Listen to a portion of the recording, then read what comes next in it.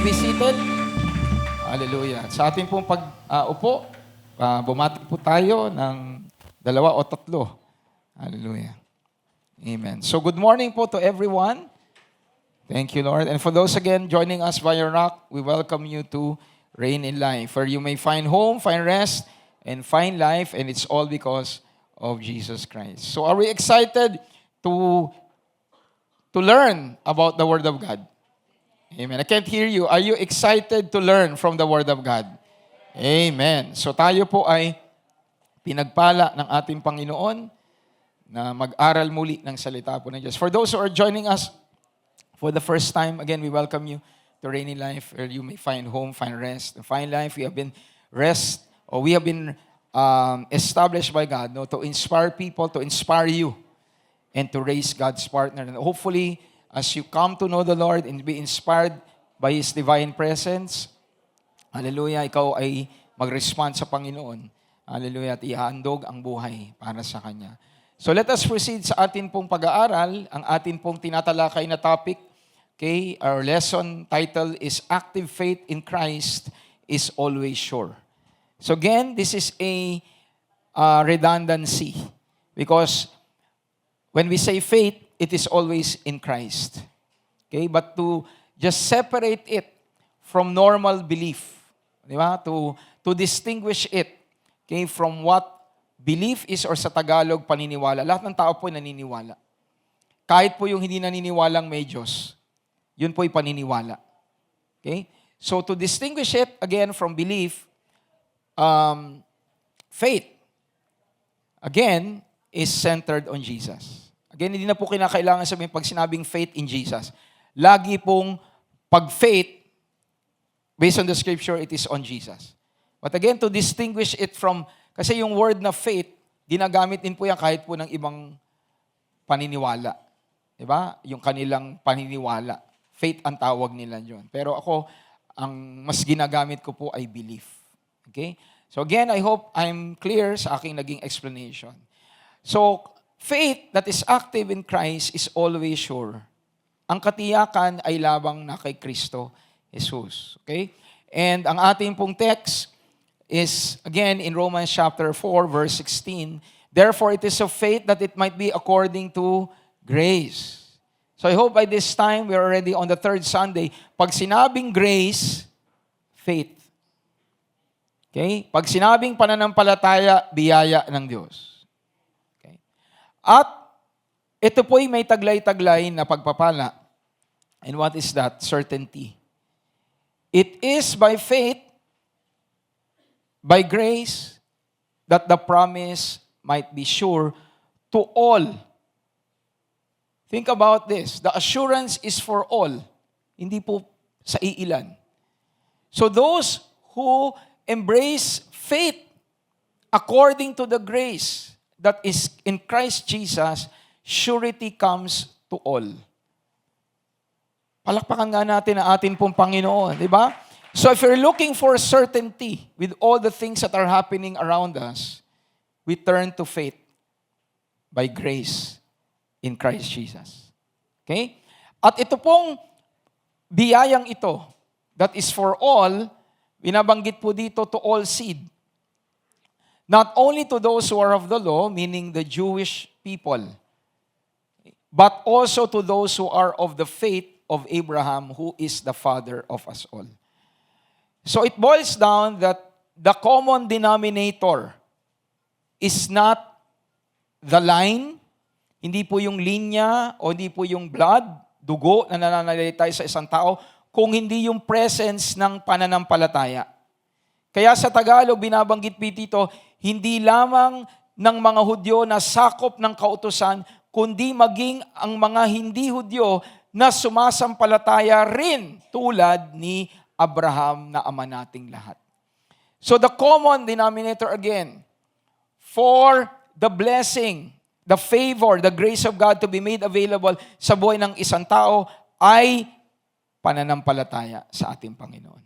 And it makes things sure. So, yung biyaya ng pananampalataya na meron tayo that brings about grace in our lives is what causes things to be sure.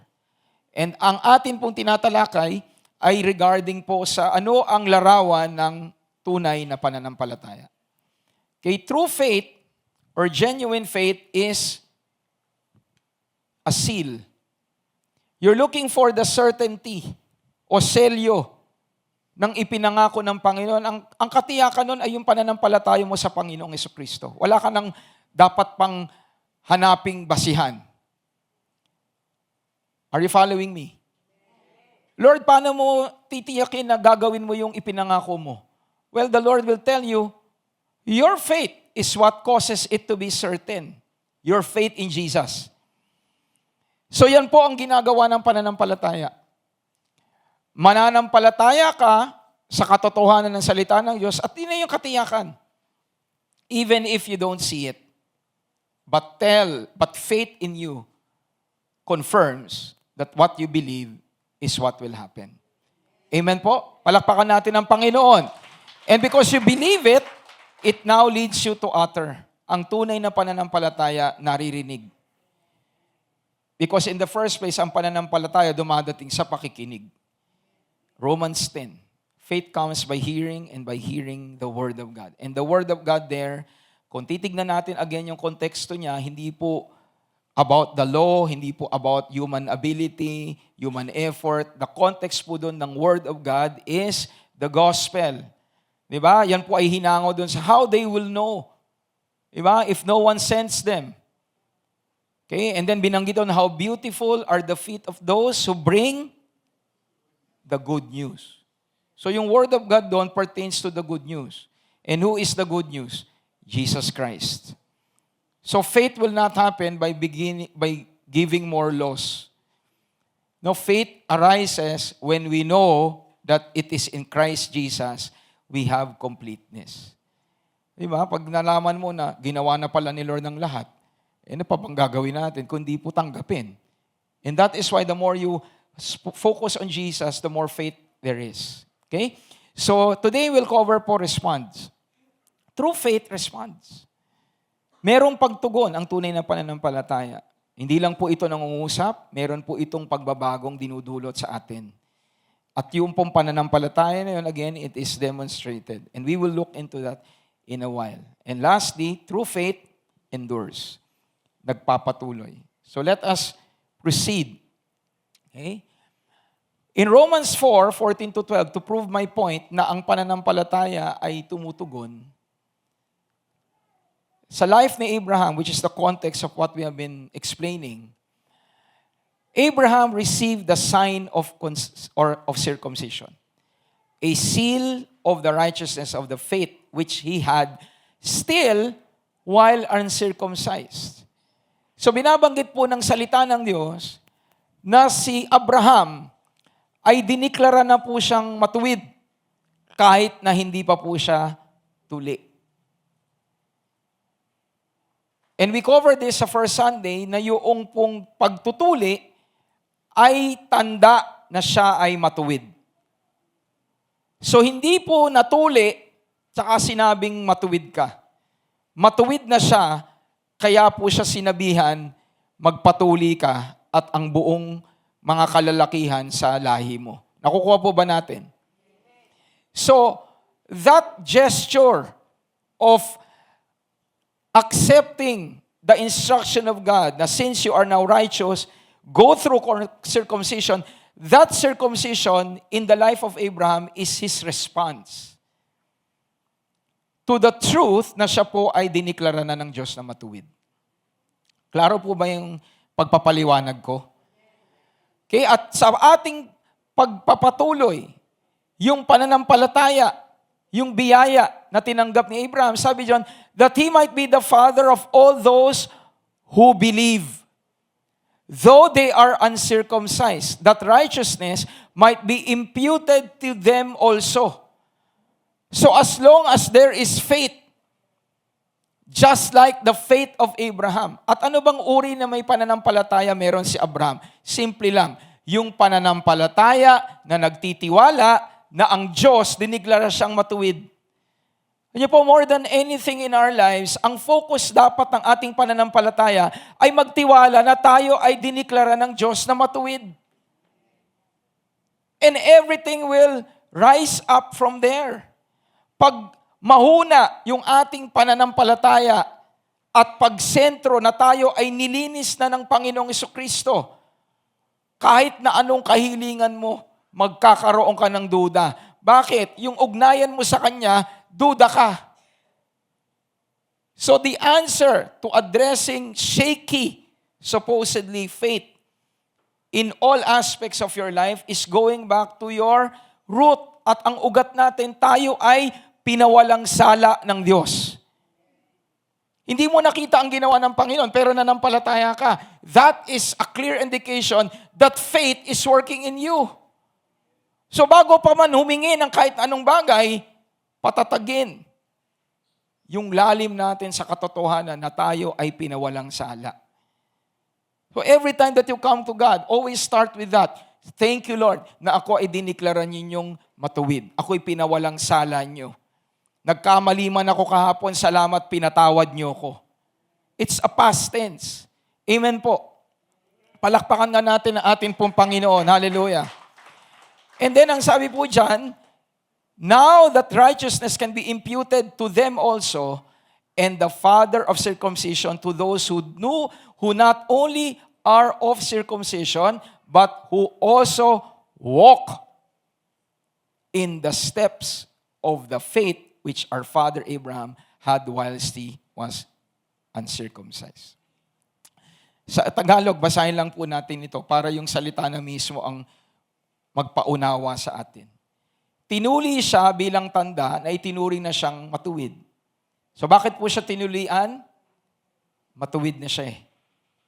Dahil sa kanyang pananampalataya. Kaya si Abraham ay naging ama ng lahat ng mga nananampalatayang hindi tuli. Kaya po mainam na maging klaro sa atin, kahit na tayo ay hindi Hudyo, tayo, ang ama natin sa pananampalataya ay si Abraham. Wala pa ngang Judaism eh, nung diniklara po si Abraham na matuwid. Tama po ba? Abraham did not establish religion. O ako'y tinawag ng Panginoon, mag-establish ako ng Judaism. Hindi po. Kaya po, mainam na maunawaan natin na ang tunay na bayan talaga ng Diyos ay yung mga nananampalataya, Hudyo man o hindi. Kaya tignan mo ngayon katabi mo, sabi mo sa kanya, hindi ka man mukhang Israelita.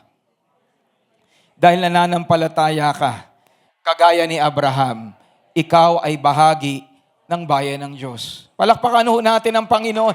Hindi po si Pastor Mel na nagsabi niyan. Ang salita po ng Diyos. Diba? Yung mga nananampalatayang hindi tuli. At dahil nga sa kanilang pananampalataya, itunuring sila ng Diyos na matuwid. Bakit daw naging matuwid? Dahil sa pananampalataya. Dahil po ba sa pagsunod? Dahil sa pagsunod? Hindi po. Dahil sa pananampalataya. Siya rin ang ama ng mga Hudyong hindi tuli. O ng Hudyong tuli.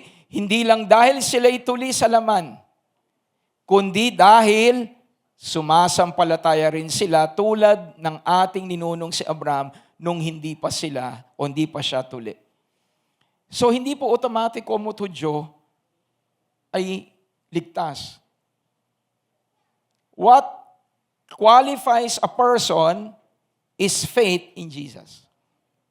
Whether be Jew or Gentile. Can you hear an amen? Hallelujah. So based on this, we can say that genuine faith on Christ responds to live and walk according to the covenant that God established. Bakit binanggit po dyan ni Pastor Mel? They now live and they walk dun sa binasa natin.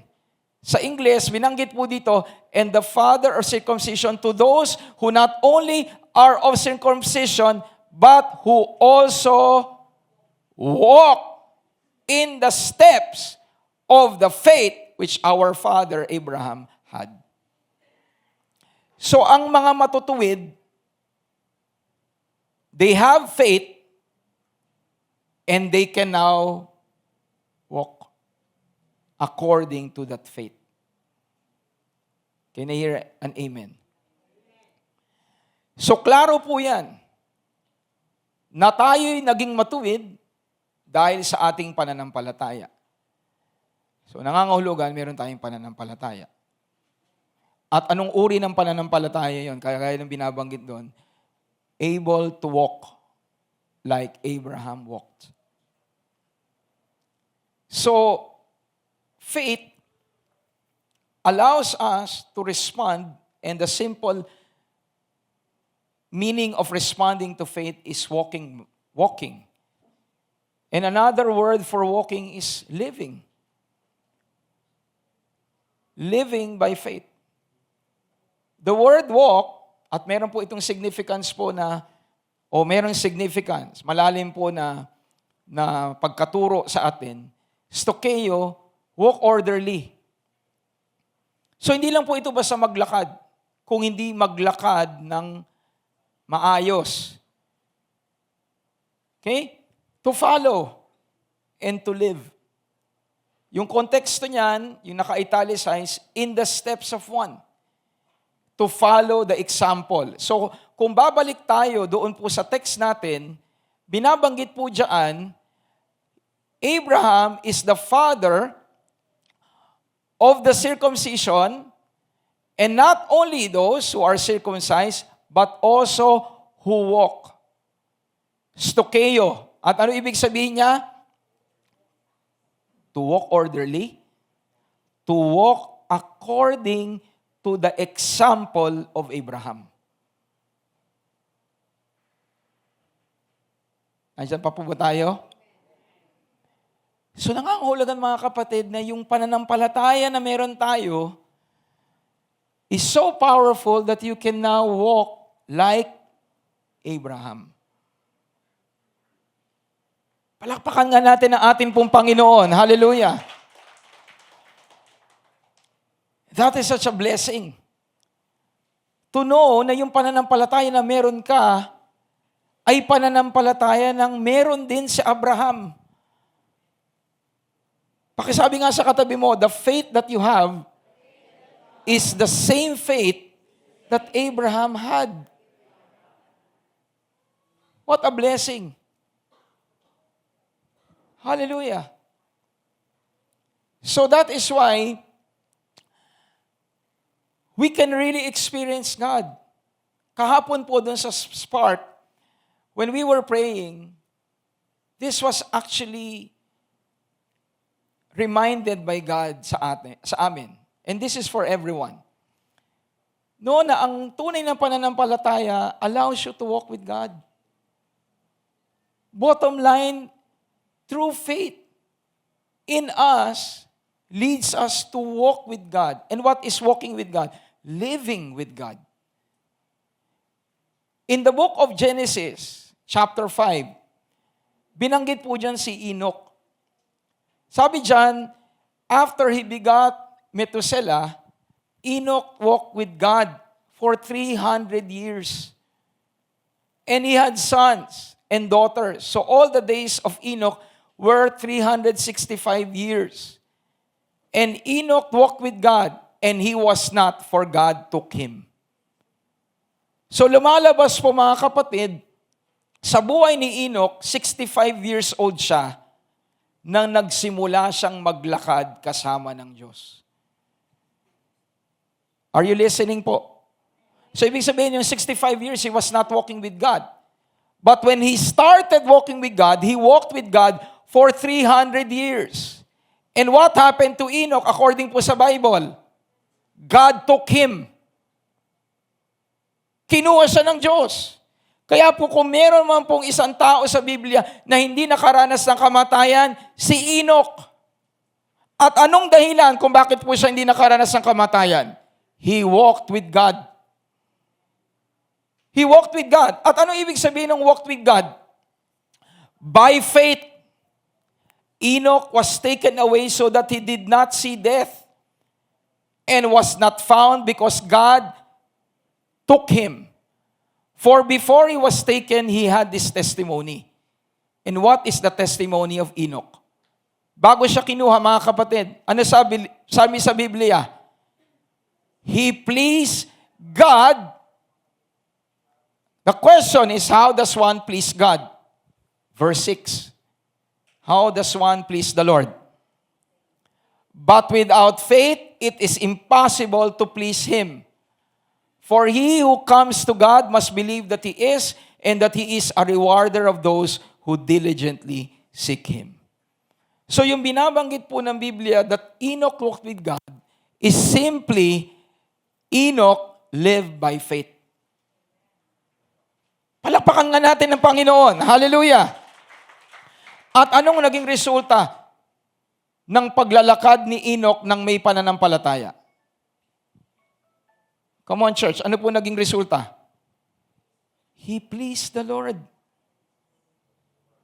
Nasa sobrang pleased ni Lord sa kanya, kinuha na siya ni Lord. Kaya pakisabi sa katabi mo, do you want to please the Lord?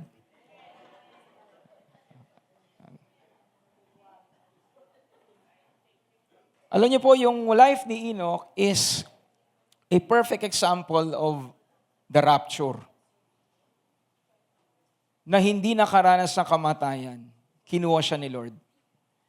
At ang katotohanan, whether be tayo i-rapture ni Lord, meaning dumating si Lord, depende po yan sa pagpaprocess nyo ng eschatology, di ba? Yung iba kasi, yung second coming is the same as the rapture.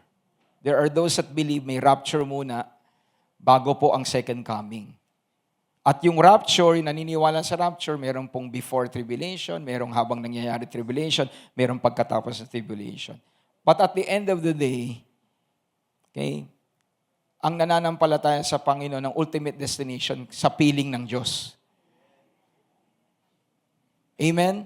So whether we see or face physical death, it really doesn't matter. What is important, your destination. You will be with God. Amen. Na makakasama natin ang Panginoon. And what guarantees, ano nagiging katiyakan that you will be with God? Faith. Faith in Him. Can I hear a big amen?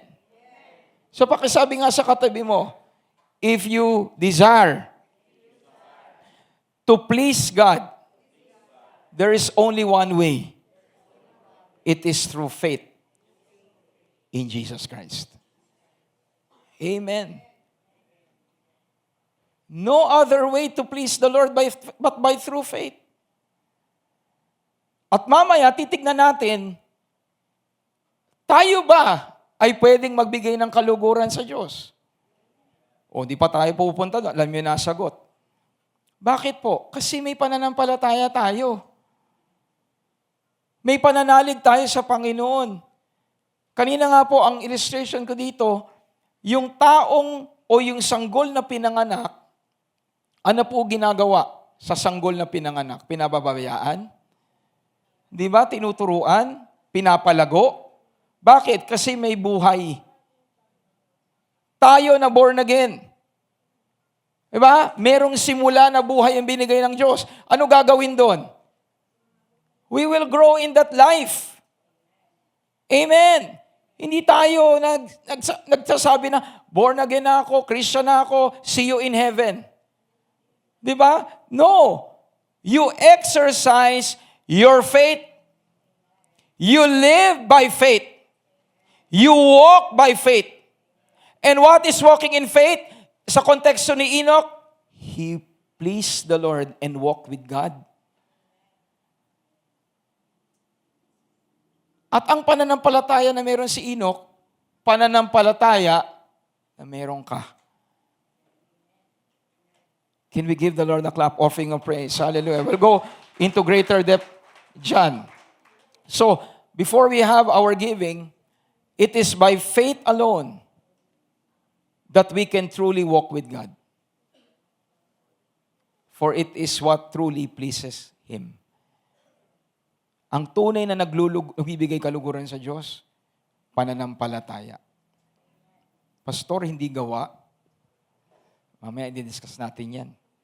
Kasi faith without works is dead. Mamaya titignan natin. Okay? And there is a simple teaching of God regarding how do we deal with faith and what works is all about.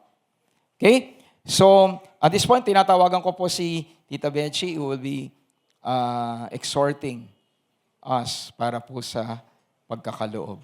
Okay, Lord.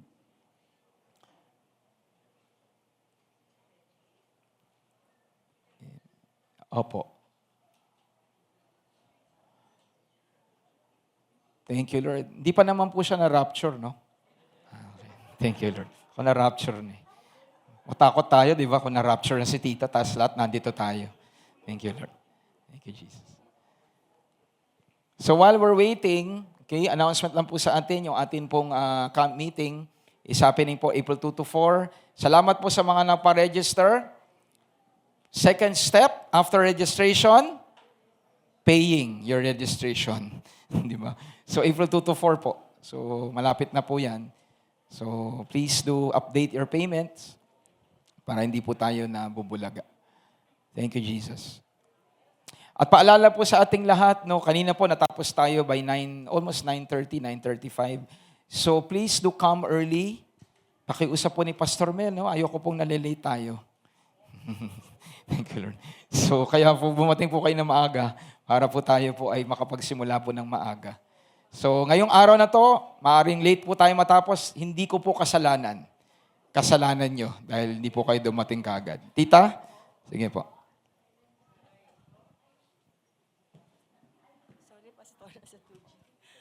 Magandang umaga po sa inyong lahat.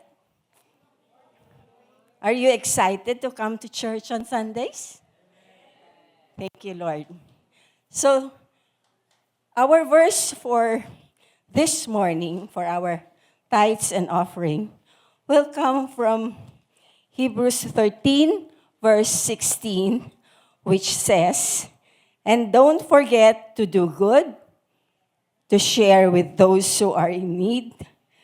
These are the sacrifices that please God."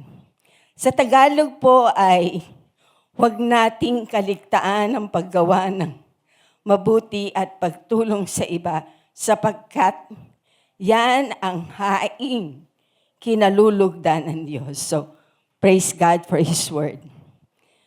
God always takes particular pleasure in our acts of worship. It's a different kind of sacrifice. Hindi po lahat ng sacrifices ay mabigat. Ang sacrifices pong, ibig sabihin po ng sacrifice dito ay ang pag-aalay po natin sa ating Panginoon, which can take place sa kitchen, which the seasoned women will be doing a kitchen ministry. They will be feeding ang mga kabataan po sa rainforest come March 28. And for the seasoned women, you can coordinate po with Ate Hermie. This is a Saturday that will start in the morning and will end at 1:30 in the afternoon. And also, ang iba pong sacrifices ay ang ating pagtulong po sa ating kapwa at ang pagtulong po sa ating iglesia. Hindi po tayo nabubuhay ng para sa ating sarili lamang. Hindi for me, for myself, kundi tayo po ay nabubuhay po para sa ating pong mga maliliit na pamilya, sa ating pong mga kaibigan. Dahil that way, it makes our life, nagkakaroon po ng meaning. But when we reach out in Jesus' name, to those who are in need, to their families, to those who are lonely, to those who are grieving, the more na we find fulfillment, the more that we will experience an abundant life. Bakit po? Because siyaan po ang puso ng Panginoon. We are never more than like Him than we were, than when our hearts are out. Amen po. So, akin pong uulitin muli ang text ngayong umagang to na huwag nating kaliligtaan ang paggawa ng mabuti at pagtulong sa iba sapagkat iyan ang haing kinalulugdan ng Diyos. And this morning, we will be presenting our tithes and offering to God cheerfully at buong puso po nating ipagkakaloob sa Kanya ang siyang nagbigay lahat ng kung anong meron tayo. Amen po? So now let us pray. Dear Father God, please help us to always remember to go and share the blessings we receive from you to our church where we belong at sa aming pong mga kapatiran. Naway ang aming gagawing ito ay inyong kalugdan at salaminin ang iyong pagmamahal at ang iyong kabutihan sa buhay po ng bawat isa. In Jesus' name, Amen. So please drop in your tithes offering. Thank you po at magandang umaga po sa inyong lahat. Thank you po, Tita. So we can give to the Lord. Thank you, Jesus. Okay. Thank you po, Kuya. So again, reminder po sa ating lahat, no, tayo po ay magpatala na po sa ating pong registration, ating camp meeting po, April 2 to 4. And also on on March 29, no, we have one celebration at yun po yung mangyayari po sa hapon. Wala po tayo sa umaga because we will also have resound. No? We will go back to the songs that we have sung last year and gather together para po ideklara po ang kadakilaan ng ating Panginoon. So that would be on March 29, 5th Sunday. And the week after that po, after our camp meeting, April 5 po, Resurrection Sunday, we will all be here. One celebration lang po yung first Sunday of the month. And we will have a special worship team, no, who will be guiding us and leading us in worship. That would be gloryful. Okay? So wag po nating i-miss out yan po mga importanteng mga gawain po na yan. Okay? And for those who want also to join yung pong sama-samang pagsamba sa Laguna, that will happen po on April 10, no, the Friday after po ng Holy Week. Mag-coordinate lang po kayo kina Pastor Maki, kay Chloe, if you want to purchase a ticket. No? Nandoon po ang mga Rainers, no, na magiging involved po doon sa concert. No? Nandoon din po ang Abundance and of course po yung mga members ng One Accord sa Parousia na band, no, sa Philippine Mission Movement. So please do maximize ito po mga opportunities nito because we want to grow in our faith in the Lord. Amen po? Palakpakan po natin ang ating pong Diyos. So let's now proceed. Let us start the second portion of the celebration with this question. Can the righteous walk by faith? Pwede po ba tayong mabuhay ng may pananampalataya? Kagaya ni Enoch, kagaya ni Abraham. Posible po ba? The answer to that, of course, is yes. And we will go to Romans chapter 1, 16 to 17 to prove to you very basic. Okay? For I am not ashamed of the gospel of Christ. For it is the power of God to salvation for everyone who believes. To the Jew first and also for the Greeks. So whether be Gentile or Jews, binabanggit po dyan ni Pablo, hindi ako nahihiya na ipahayag ang mabuting balita dahil ang mabuting balita ay ang kapangyarihan ng Diyos para sa kaligtasan ng lahat ng tao. And why is the gospel or the good news for Paul very powerful? In verse 17, for in it, in the gospel, is the righteousness of God revealed. And binabanggit po dito, the revelation of that righteousness is from faith to faith. As it is written, the just shall live by faith.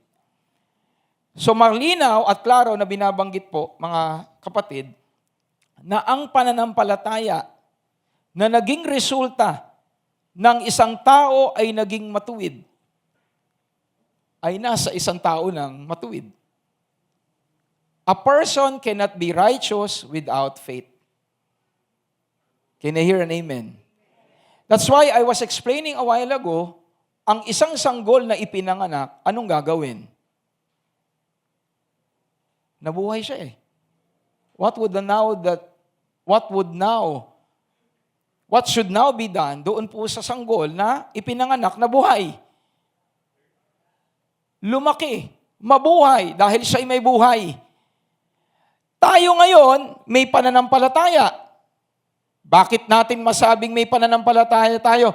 Naging matuwid ka eh. You cannot be righteous without faith.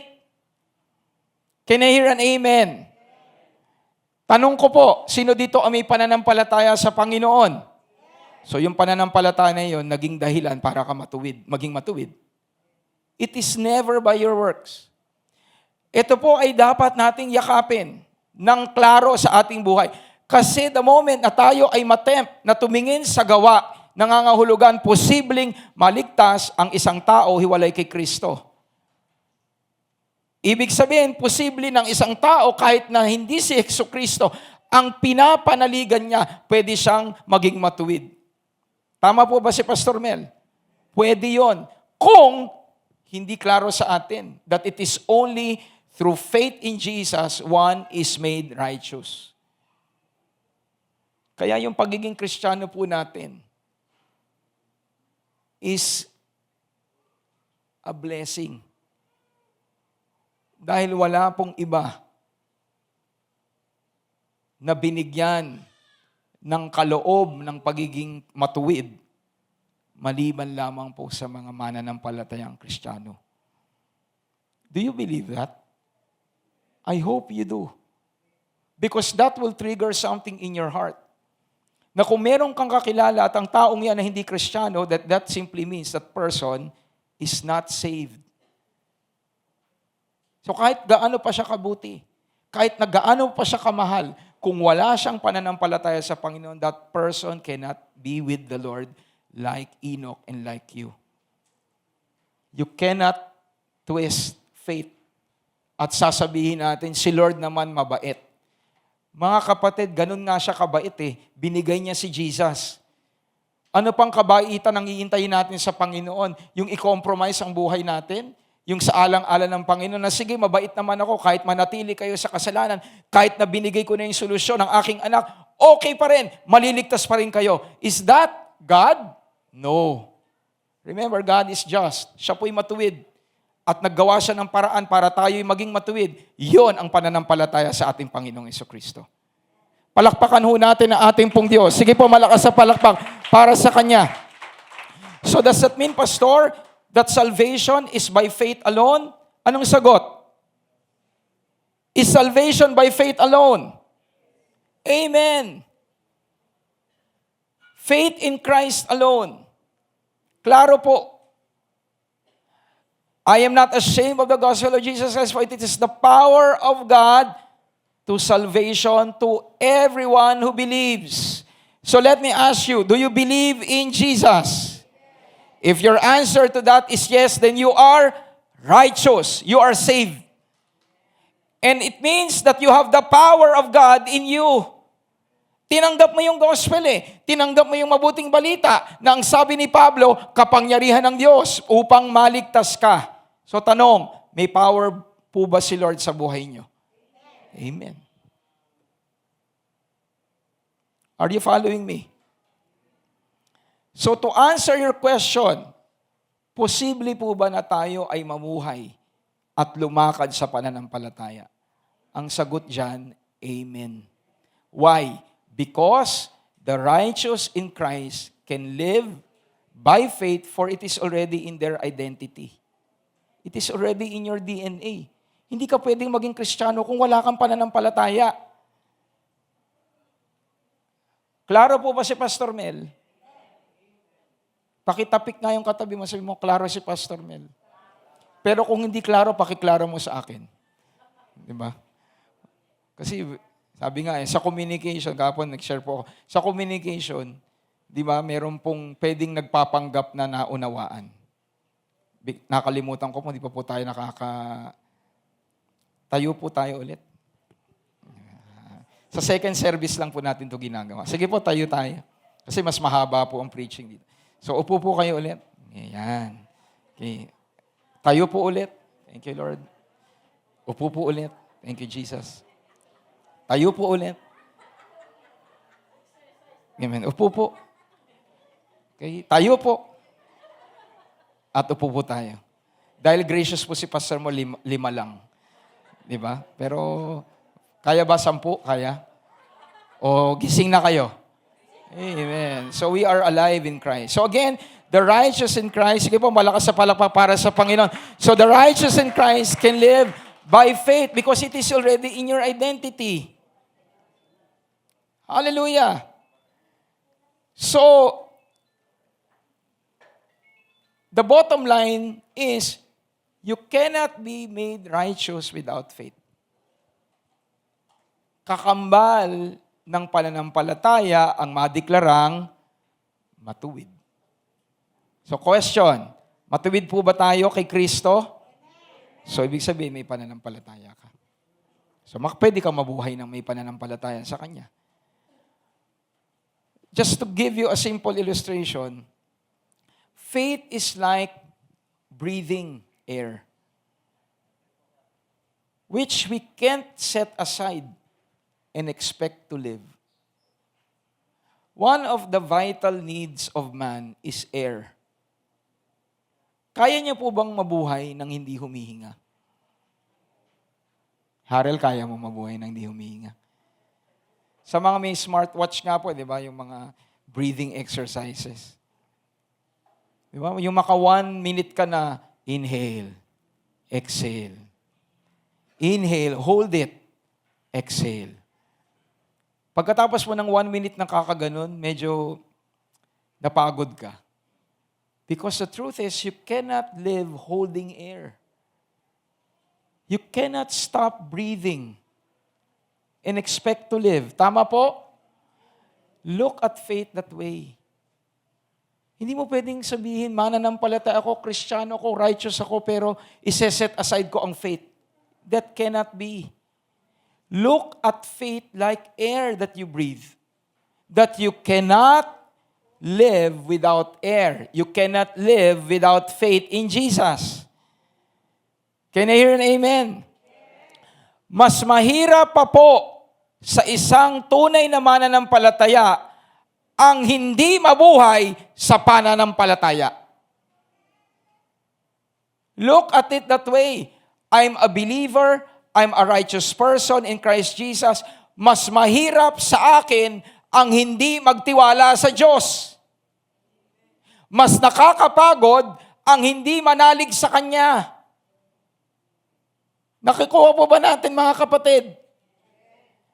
Look at it that way. Our lives are not meant to struggle, but to simply surrender sa truth na kung sino tayo kay Kristo, na tayo ay pinawalang sala, tayo ay pinagpala, tayo ay nasa Panginoon. So to live like Christ, to live like Enoch, to live like Abraham, to live all like those in Hebrews chapter 11 ay innate sa atin. Bakit?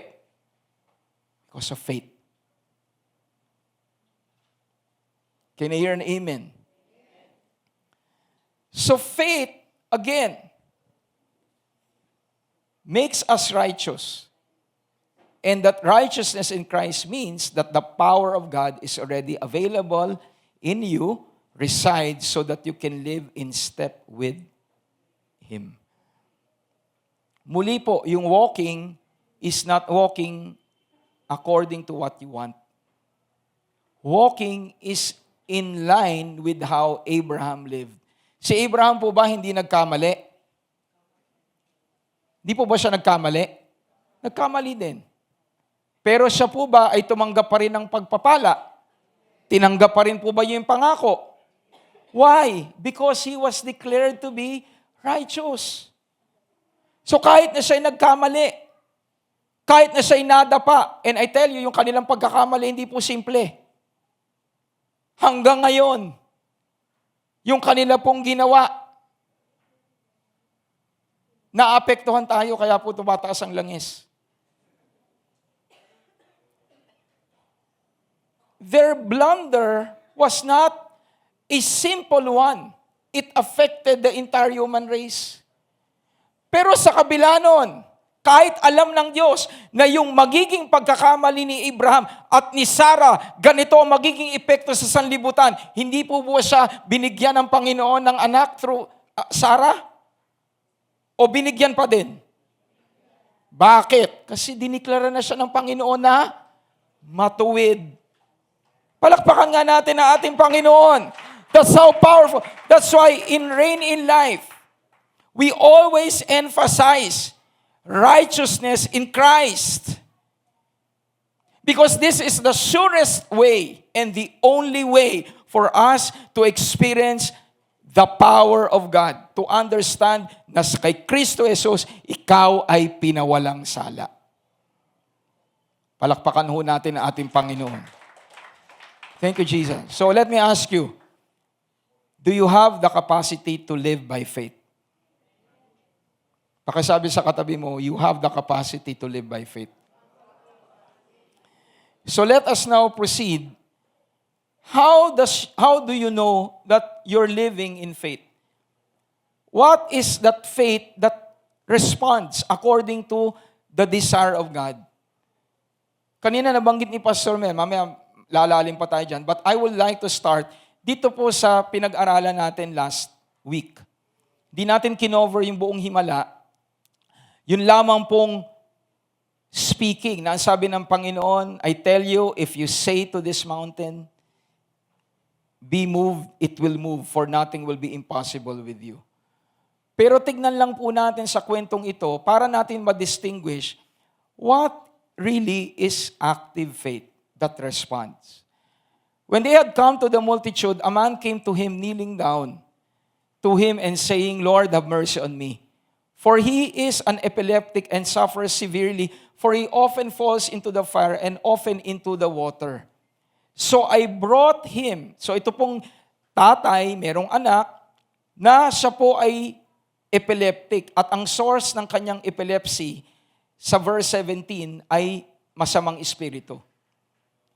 Pero bago po niya dinala ito sa Panginoon, yung ginawa po ng tatay, dinala sa mga alagad. And notice yung pong statement ng tatay. Ano po ang sabi niya? I brought him to your disciples, but they could not cure him. Wala silang magawa. Nandiyan pa po ba tayo? So lumalabas, ito pong lalaking ito, tumitingin sa gagawin ng mga alagad. Nandiyan pa po ba tayo? And that is very critical. Anong response ni Lord? You faithless and perverse generation, how long shall I be with you? How long shall I bear with you? Sa Tagalog, verse 17, sumagot siya, kayong henerasyon na mga walang pananampalataya, baluktot ang pag-iisip, hanggang kailan ba ako magtitiis sa inyo? Dalhin nyo rito ang bata. At anong simpleng ginawa ng Panginoon? Sinaway niya ang masamang espiritu, lumabas ito sa bata, gumaling ang bata. Palakpakan ho natin ang Panginoon. So itong mga alagad, nung nakita nila, wow, gumaling yung bata. Na tayo, dinala una sa atin, hindi gumaling. Interesado sila. The disciples went privately to Jesus. Mind the question. Why could we not cast it out? Why could we not do it? So mga kapatid, dito makikita natin kung saan nakatingin yung mga alagad. At si Kristo in-expose yun. Naging tanong, bakit hindi namin magawang magpalayas? Nandiyan pa po ba tayo? Listen to this church. At ang naging tugon ng Panginoon, kasi kulang pa ginawa nyo. Yung po ba ang tugon ni Lord? Anong tugon niya? Nagtagalog si Jesus. Diba? Hindi, joke lang. Ano po nangyari? Sumagot siya, dahil mahina ang inyong pananampalataya. Short ang naging translation sa ASND because when you look at the New King James and the King James, hindi po mahina. Kung hindi, unbelief, which means zero, nana. Walang faith. Kaya hindi lumayas. Nagpe-pray kayo, nagka-cast out kayo, wala naman kayong faith. So ano pong issue? Prayer? Anong issue? Kulang sa prayer? Or faith? Listen to this and listen to it well. The issue here is not the lack of action. Pinag-pray nga nila eh. The issue is the lack of faith. Listen to it well. And then Jesus expounded and say, if you have faith as a mustard seed. In-explain ko po ito last week, yung pinakamaliit na buto ang ginamit ng Panginoon. Even the smallest illustration of seed, sabi ni Lord, you can already say to the mountain, be moved, and it will move from here to there. For nothing will be impossible for you. Palakpakan nga natin ang Panginoon. God is so good. So, dinidefine dito what really real faith and genuine faith is. Akala ng tao, meron siyang pananampalataya, kagaya ng mga alagad. Pero saan sila nakatuon? Sa kanilang kakayahan. Sa kanilang ginagawa. Hello, are you listening po? Kanina, I was emphasizing that it is not your action per se, but the root of it, which is faith. Ang ugat ng lahat, kahit pa po ang ginagawa mo, it should be faith. Palakpakan nga natin ang ating Panginoon. Thank you, Lord. So active faith is not about doing more. Active faith is believing on who Jesus Christ is and what He does.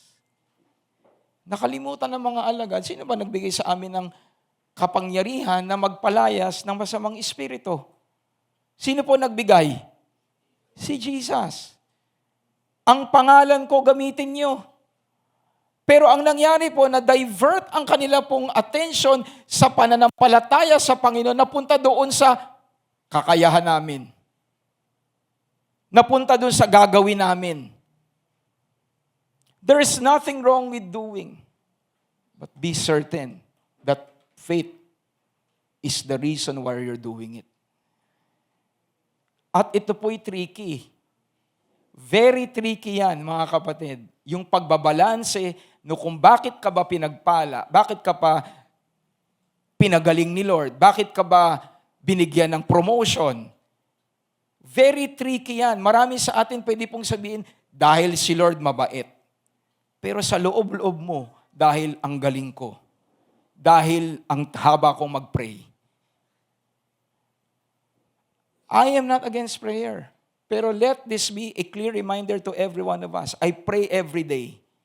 Pero never in my mind, sumagi sa isip ko na ako'y fine-favor ni Lord dahil mas mahaba akong mag-pray kesa sa inyo.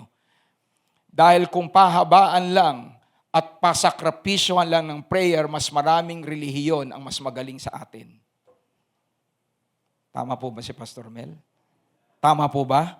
May nananalangin umaga, tanghali, gabi, nakaluhod pa, nakadirect pa sa kung saang direksyon. Tinutugon po ba ni Lord?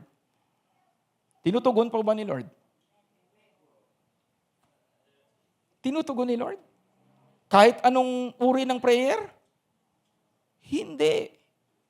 Because the only type of prayer that the Lord hears are the prayer of the righteous. Yung mga nakikristo. Palakpakan nga natin ang ating Panginoon.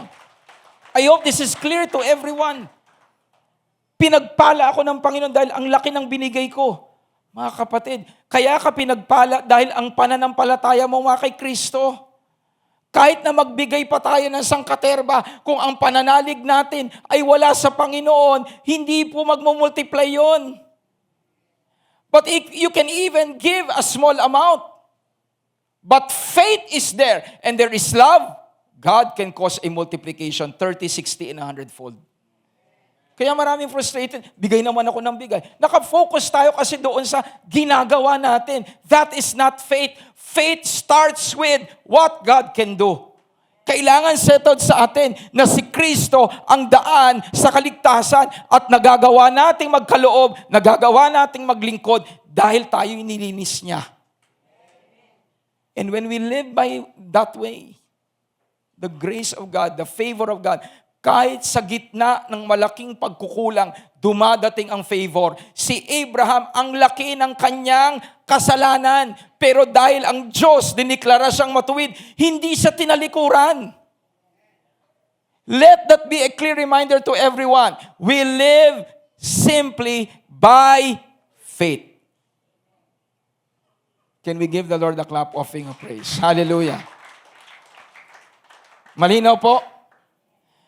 And again, I encourage everyone as a believer, faith is not something that you switch on when you need it.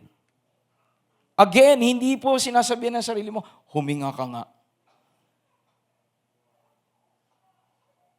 Pia, paalala mo ako mamaya. Paalala mo sa akin na huminga ako. Meron po ba nagpapaalala? Mag-a-alarm nga ako para hindi ako makalimot, makahinga.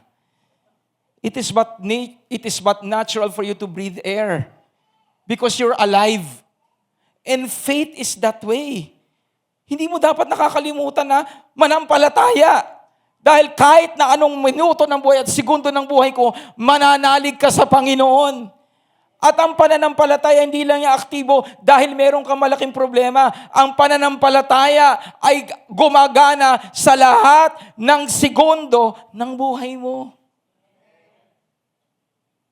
Amen. So today, I encourage everyone. Lahat ng nandito na nakikristo, may pananampalataya kayo. Matutuwid tayo dahil kay Jesus. Lumakad tayo kasama niya. Can I hear an amen? It will be difficult for you to face a mountain if you have not been exercising your faith every day. Kaya marami pong Kristiyano dumabaling dun sa mga panong, akala ko ba ang Panginoon buhay? Ba't nangyari to? Kung araw-araw naririnig mo ang tinig ng Panginoon, araw-araw mo siyang nararanasan, never will you question na ang Diyos iniwan ka. Amen? May problema ka, wala kang problema. At lalo na pag wala kang problema, dapat mas naririnig mo yung tinig niya. Kaya lang ang nangyayari po sa marami, we take for granted moments na walang tayong challenge.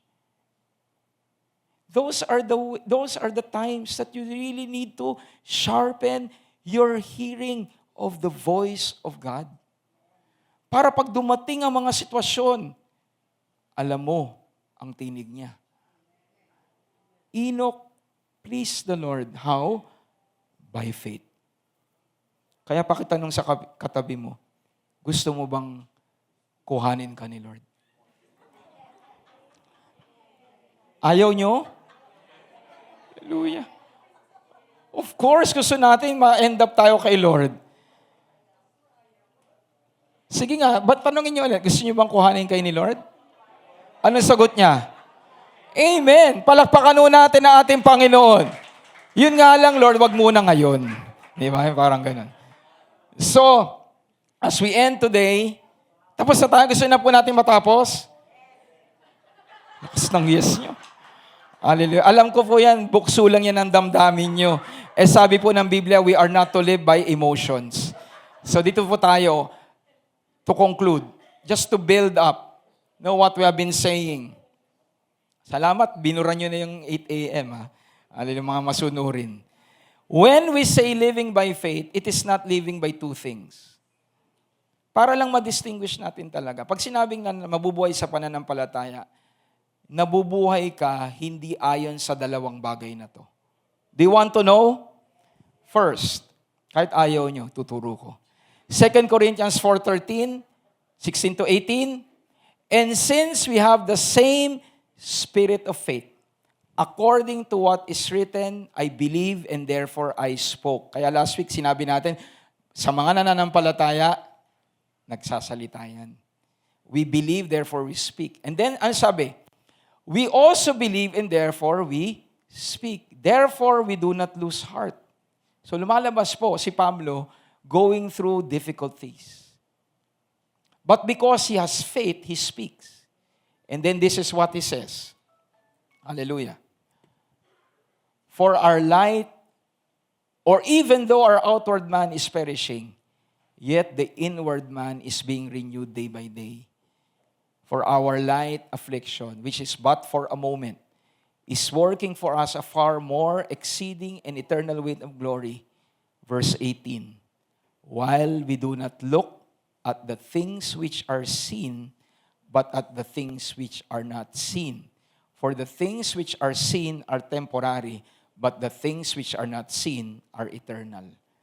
Sa Tagalog, sa verse 18, ang ibig sabihin po dito, at ang pinaghugutan niyan, verse 13, sumasampalataya ako, kaya nagsasalita ako. Gayon din naman, sumasampalataya kami, kaya nagsasalita kami. So sa gitna ng mga pagsubok na pinagdadaanan ni Pablo dahil sa kanyang pananampalataya, anong sabi niya sa verse 18? Sabay-sabay po nating basahin. At the count of 3. 1, 2, 3.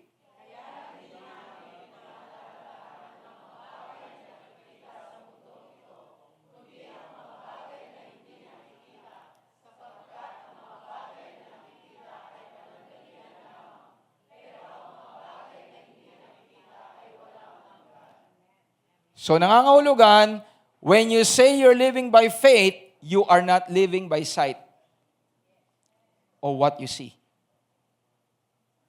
Simple. Kapatid, mabuhay sa pananampalataya. Mabuhay ka ng mas malalim, mas higit kaysa sa nakikita mo.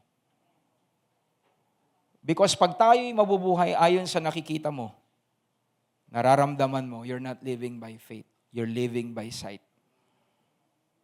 And that is going to be a problem for us. Why? The righteous shall live by faith. Mas lalo po tayo nagiging mabigat ang buhay natin pag nabubuhay tayo sa nakikita mo. Sa grasya ng Panginoon, matuwid ka, mabuhay ka sa hindi mo nakikita. Amen. And the moment that you set your eyes on the things that are unseen, that is where you experience the peace of God. Sa gitna ng unos, ang Panginoon natutulog. Amen? Pero yung mga alagad, the same storm. Sabi nga natin, parehas unos. Pero ano reaksyon ng mga alagad? Mamamatay na tayo. Wala po ba kayong pakialam? Tutulog-tulog kayo dyan, Lord. Pinaparaphrase ko na lang. Ano sabi ni Lord? Bakit niyo ko ginigising? Naantok pa ako Di ba sabi ni Lord? Di ba? Di ba? Ano sabi ni Lord? Why are you so worried? At pinamalas ang Panginoon ang kanyang kapangyarihan. Inutusan niya ang unos na tumigil. Palakpakan nga natin ang Panginoon. Kasi ang Panginoon, nabubuhay siya sa hindi nakikita. Sabi ng Panginoon, tatawid tayo sa kabilang bayo.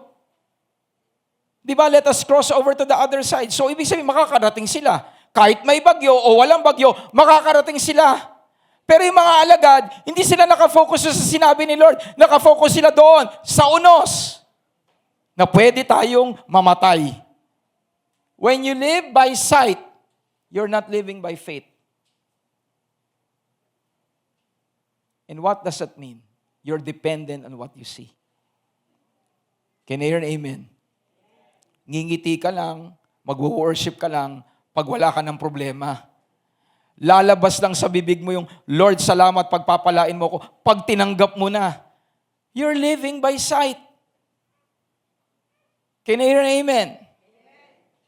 Last, and we will end. Living faith responds not according to what our senses simply tell us, but on the things that are eternal. Because the things that are eternal are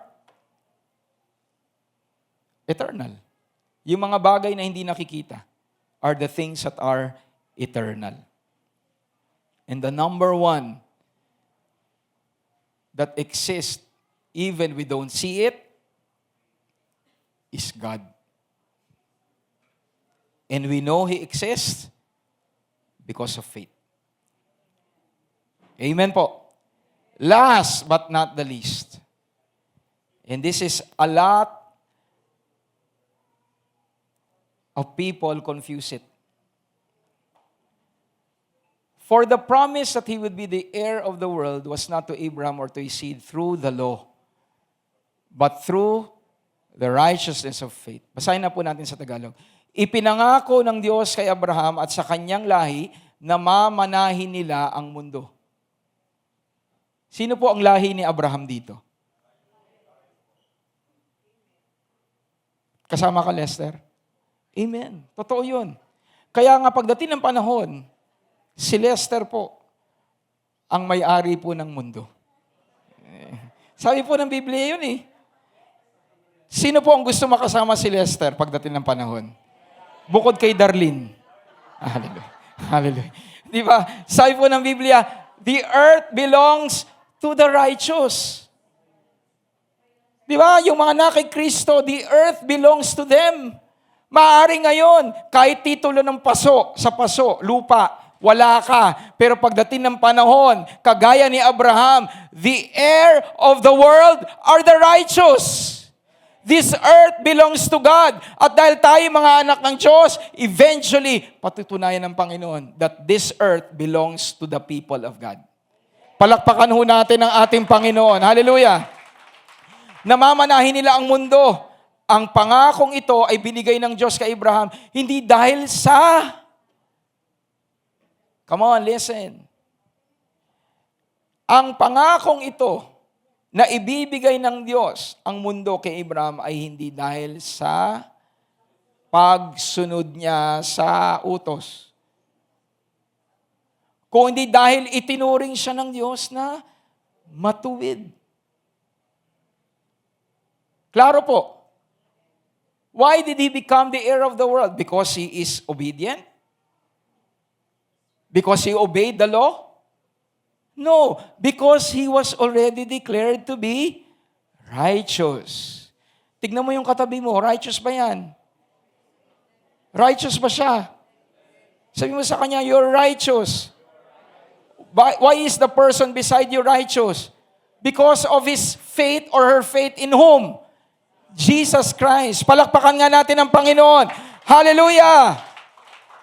So ang sabi dyan, na ang Diyos, kundi dahil siya itinuring ng Diyos na matuwid sa pamamagitan ng pananampalataya. Kung ang nasasakop lamang ng kautusan ang magiging tagapagmana, wala nang kabuluhan ng pananampalataya. Faith, ang statement po sa English, for if those who are of the law, or those who obey the law, are the ones who are heirs of the promise, then faith is made void. Para saan pa ang pananampalataya kung sa pamamagitan lamang ng pagsunod sa kautusan, magiging tagapagmana ang isang tao? Klaro po, pag-usapan niyo pa po yan mamaya sa growth group niyo. Because there are so many who are mixing this up. We follow God, you obey the Lord so that we can be heirs of God. No, you are an heir of God already. Ikaw ay tagapagmana na ng Diyos dahil ikaw ay matuwid, bunga ng pananampalataya mo kay Jesucristo. So tanong, lahat po ba tayo qualified? Lahat po ba tayo tagapagmana? Amen. Are we saying then that you can simply disobey? Even if you want to, again, you're righteous. Mas mahirap pa sa Kristiyano na matuwid ang magkasala kaysa po gumawa ng matuwid. Kaya po walang tunay na Kristiyano ang masayang nagkakasala. Tama po? Tama po si Pastor Mel? Ngayon nga lang po, kahit mga simpleng mga bagay, di ba? Meron ka lang nasabing hindi tama. Naku, parang mali yata yung nasabi ko. Pero dati, kung ano-ano lumalabas sa bibig mo, di mo na tinitignan kung ano mararamdaman ng kapwa mo. Bakit? Hindi ka kasi matuwid eh. Pero no ikaw ay naging matuwid dahil kay Kristo, may lumabas lang na isang bagay na parang, mali yata yun ah. Nakaka-relate po ba kayo? Hopefully.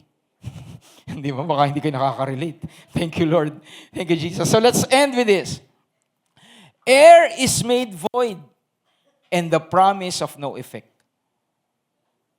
Because the law brings wrath, for where there is no law, there is no transgression. Sa Tagalog, kung ang katutusan ang siyang naging dahilan kung bakit may parusa mula sa Diyos. Kung walang kautusan, wala ring paglabag. At kung walang paglabag, walang parusa.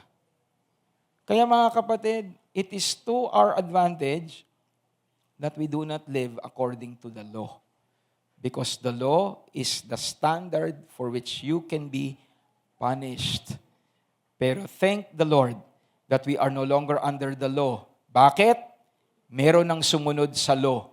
At sino po yon? Si Jesus Christ. And those who believe in Him are no longer cursed under the law. Galatians chapter 3. We are now blessed like believing Abraham. And everyone shouts, Amen. Can we give the Lord a clap offering of praise? So based on this, the second thing that we gear away from so that we can live by faith is to live not by works. Living faith is not dependent on works, but responds based on what God already did in the lives of the righteous. Amen po. Diniklara si Abraham matuwid. Pinangakuan siya ng Panginoon that he will be the father of many nations. He believed it. Nanampalataya siya sa pinangako ng Panginoon. At nangyari sa kanya. So faith is not dependent on works. Kanina binabanggit ko po, let's put things in the right perspective when it comes to works. Faith is the basis of everything outside it. Ang faith po, it is what's inside of you. Eh di ba, Pastor, faith without works is dead? And oftentimes, ginagamit natin yung faith without works is dead in everything that we do for God. Again, when you go to the context of faith without works is dead, it focuses on you believe on the Lord. James, you read it in James. You believe in the Lord, merong taong lumapit sa'yo, may pangangailangan, may kakayahan kang gawin. Alam niya na ikaw ay mananampalataya. Ang simpleng sinasabi ni Santiago, ikaw na may kakayahan, tulungan mo. Because faith, your belief in Christ should be demonstrated by the faith. How? By helping others. Yung faith without works will not work before God. Sa Tagalog, hindi po uubra yung ilista natin sa Panginoon, yung ating ginagawa upang tayo ay mag-claim kay Lord ng ating pangako o ng pangako ng Diyos sa atin. Lord, baka nakakalimutan po ninyo. Kahapon po, 1 hour po ako nag-pray. Ngayon, medyo dinagdagan ko po, 1 hour and 1 minute. Lord, dumadagdag po Alam niyo naman, Panginoon, marami akong pangangailangan. Nasusunod niyo po ba ako? Pray because you believe. And do not equate what you do as if the Lord is obligated to answer us. Can I hear an amen? Pray because you have a relationship with God. Give without expecting anything because you have a relationship with the Lord. Amen po. Sa sistema ng mundo, sa sistema ng tao, we always expect something in return for the good that we do. Pero ang Diyos, hindi po. Kahit wala kang gawing mabuti, because you are a child of God, He can bless you. Your faith in God. Are we saying then you go and sin before the Lord? Of course not. No child of God who really loves the Lord will want to hurt the Lord. Pero let us not always look at a transactional type of relationship kay Lord. Binigay ko to, Lord. Sabi mo, 30, 60, 100, magbigay ako ng 100 times 30, 3,000, Lord. Oh, times 60, 100 binigay ko. 100 times 60, 60,000. 6,000. Let us not have a relationship with God which is transactional. Because when the moment that you enter in a relationship with God with transaction, tandaan ninyo, tandaan natin, tandaan ko, ang Diyos alam lahat ng gawa mo. At delikado sa buhay natin na nabubuhay tayo sa gawa. Magpe-present tayo sa Panginoon ng mga nagagawa nating tama. Paano yung mga mali mo? If you look at your mistakes and include it in the equation, no one here is qualified to receive anything. Tama po? Tama ba si Pastor Mel? Mas madalas ibinibida natin yung mabuti natin. Ang Panginoon lahat alam ang mali mo. Kaya maraming Christian ang frustrated because they always present to God and think, I do enough. Why is God not answering me? Why is not God healing me? Why is God not blessing my family? We always look at what we do. Mga kapatid, you can never gain favor from God by what you do because that is going to be a dangerous place to be in. The only way to receive favor from God is by faith in Jesus Christ alone. In the first place, hindi ka naligtas dahil mabuti gawa mo. Naligtas ka dahil sa pananalig mo sa Diyos. Live that way. In all your endeavors, in all your concerns, live by faith. Can you hear an amen? I'll end with this. Kanina po dun sa huddle, napakaganda po nung naging additional input ng Panginoon. Don't ever think grace is a diminish. Na parang, Lord, pagpapalain mo kami kahit na nagkasala kami, nagkamali kami. Kasi grace. Grace is not a lowering down of the standard of God. I hope you will get this and get it clear. Ang grace ni Lord ay hindi po pagbaba ng standard niya. Ang katotohanan, ang grace ay pagpapatibay ng standard niya. You look at it in Romans 7 and Romans 6.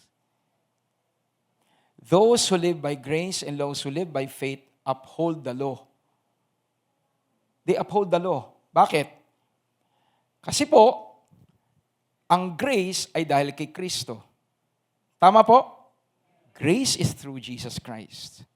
What did Christ do when He came to the world? Sabi ng Panginoon, don't ever think I came to abolish the law, but to fulfill it. Si Kristo dumating para po pagtibayin ang utos. Amen po. Pinagtibay ni Jesus. At kaya yung mananampalataya kay Jesus, naniniwalang ang law ay pinagtibay sa buhay ni Kristo. And that's why you live by grace through faith. So the more that you exercise grace and live by faith, the more you're telling to God, Lord, I cannot follow the law.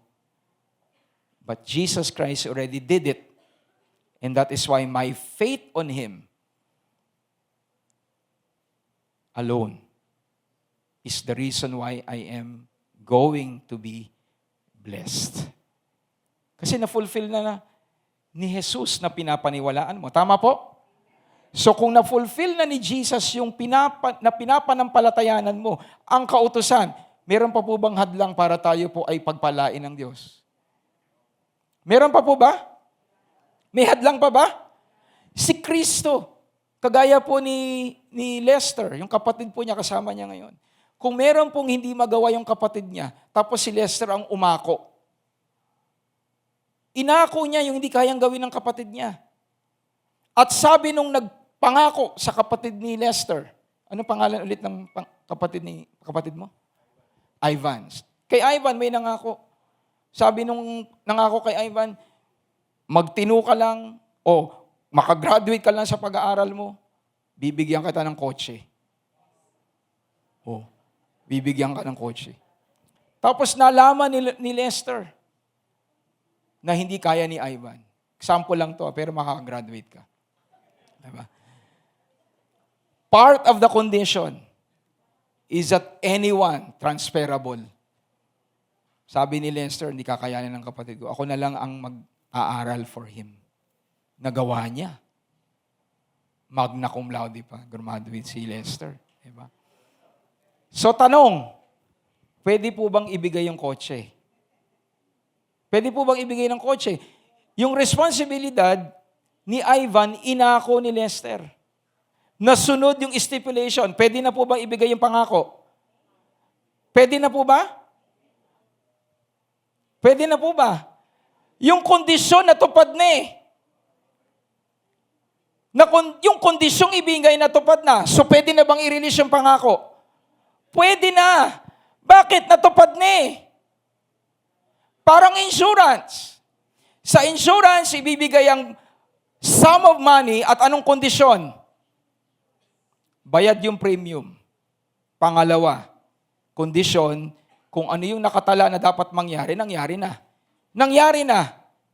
Okay? So, pwede na po bang i-release yung blessing? Pwede na. The same thing with us. Yung umako, si Kristo. Yung umako ng responsibilidad, siya, ay nananampalataya ka sa Kanya. Sa Kanya ka nakailalim. Sa Kanya ka nabubuhay. So tanong, yung pagsunod po ba ni Kristo ay naipasa sa iyo? Naipasa po ba yung pagsunod ni Kristo? Amen. Kaya nga binabanggit pa ulit-ulit ng Biblia, you are no longer bound by the law. Dahil si Kristo na ang tumugon doon. Si Kristo nang gumampanon. At sa ilalim ng kautusan, kung masunod lahat ng utos, may sumpa ba? Sa ilalim ng utos, pag mayroong pagsunod sa lahat ng utos, may pagpaparusa pa ba? Wala na. So what should we now expect as Christians who are righteous?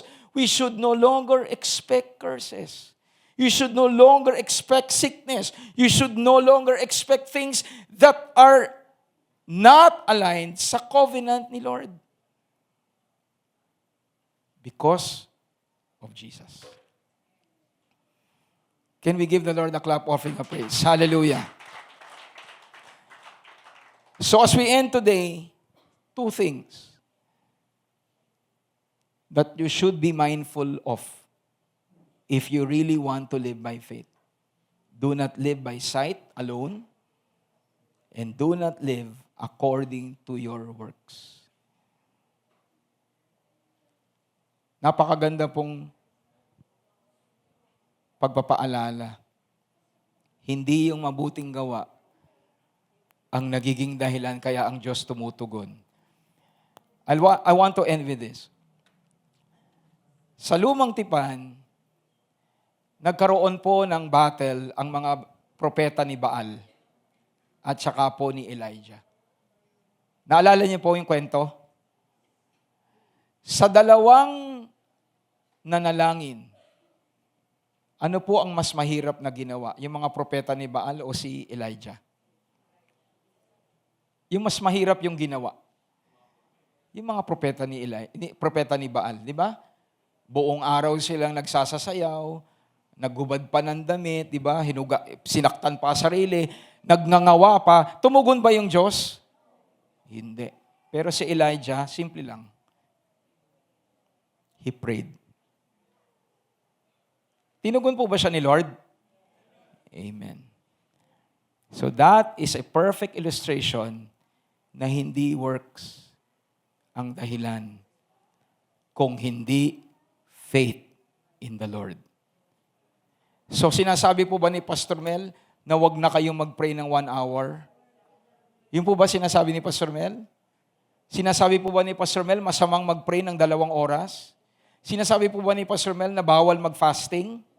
Hindi. Pero pag ang dependence natin ay sa mga bagay na yan, check your heart. Why are you doing it? Do you believe in Jesus? Because if your answer to that is yes, Lord, kahit hindi ko gawin yan, kahit di ako mag-fasting, kahit hindi ako mag-pray, kahit di ako magbasa ng Biblia, by simple faith in you, I know you can bless me. But because I have a relationship with you, and this is something that I desire to offer to you, by faith in you, I will do it. Whether you answer me or not, I will do it because I am presenting this to you because I love you. Can we give the Lord a clap offering of praise? And I tell you, you will get to enjoy your Bible, you will get to enjoy prayer, you will get to enjoy serving because you are not doing it as pogi points. You're doing it because you believe in God. Amen po? At this point, we will have communion. Thank you, Jesus. Thank you, Lord.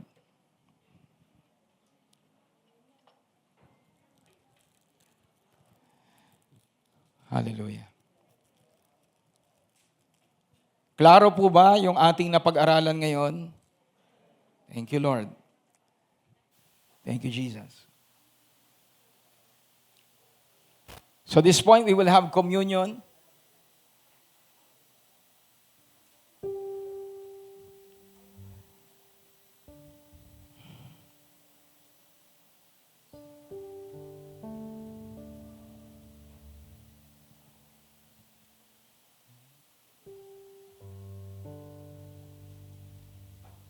Thank you, Jesus. Let us pray. Father, we give you glory and we give you praise. Salamat, Panginoon, that you have done already a perfect work. Indeed, Lord, faith causes us to rest. Thank you so much, Lord, for what you have done. Wala pong kakayahan namin ang magiging sapat. At maging sa kagalingan, Panginoon, some people might be challenged by sickness now.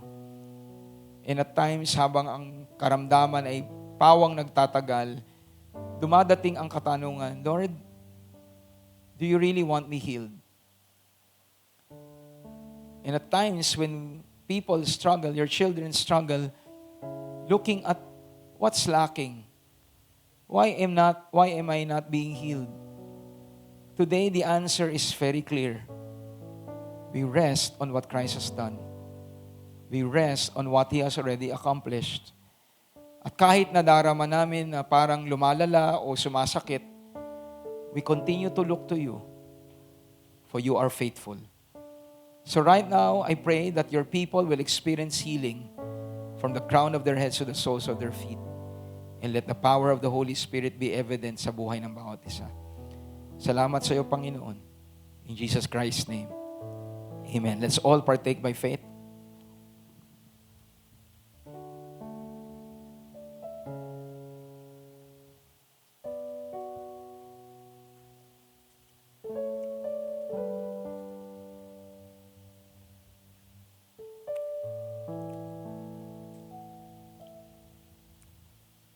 Thank you, Jesus. As we partake from the cup, Lord, we put our confidence on the blood of Jesus. Lord, sa doubts, kung kami ay inyong pinatawad, we look not on what we have done. We look not on what we are doing, and we look not on what we will do. We look to the blood of Jesus. And we thank you, Lord, na kami po tunay na malinis dahil sa dugo ni Jesus. At nagpapasalamat kami, Panginoon, that because we are now righteous, we can live righteous lives. We can live like Enoch, we can live like Abraham, and especially we can live like Jesus. And it is not a struggle to do so because the faith that we have is real and we can live righteous lives. In Jesus Christ's name, amen. Let's all partake by faith. Let's all rise up and let us close in worship to the Lord. Thank you, Jesus.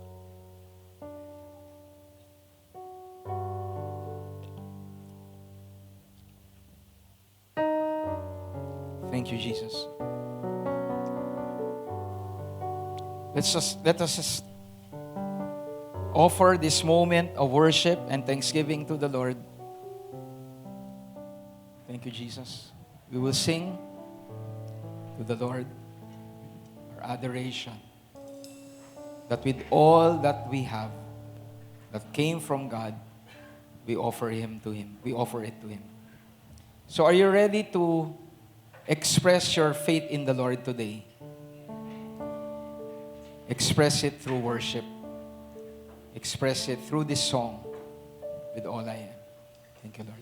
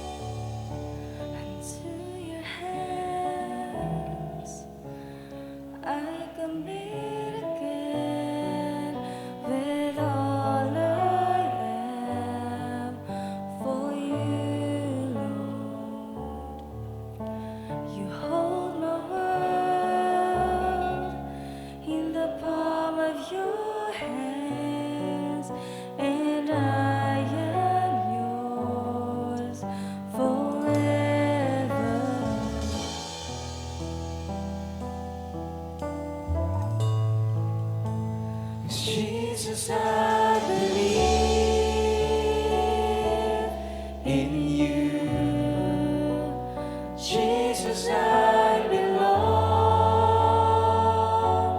to you. You're the reason that I sing, the reason that I sing with all.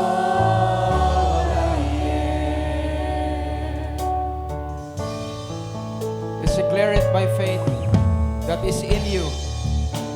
I'll walk with you wherever you go, through tears and joy. I'll trust in you, and I believe in all of your ways, your promise.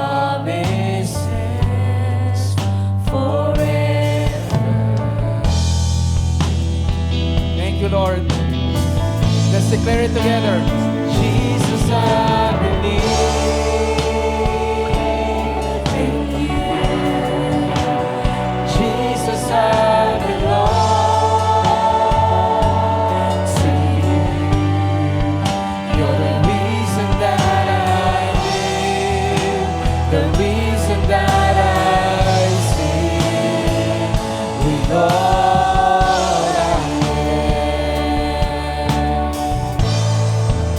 Come on, let's declare it with confidence. I'll walk with Jesus. I'll walk with you wherever you go. Where the Holy Spirit leads, we will go, Lord. I'll trust in you, and I will live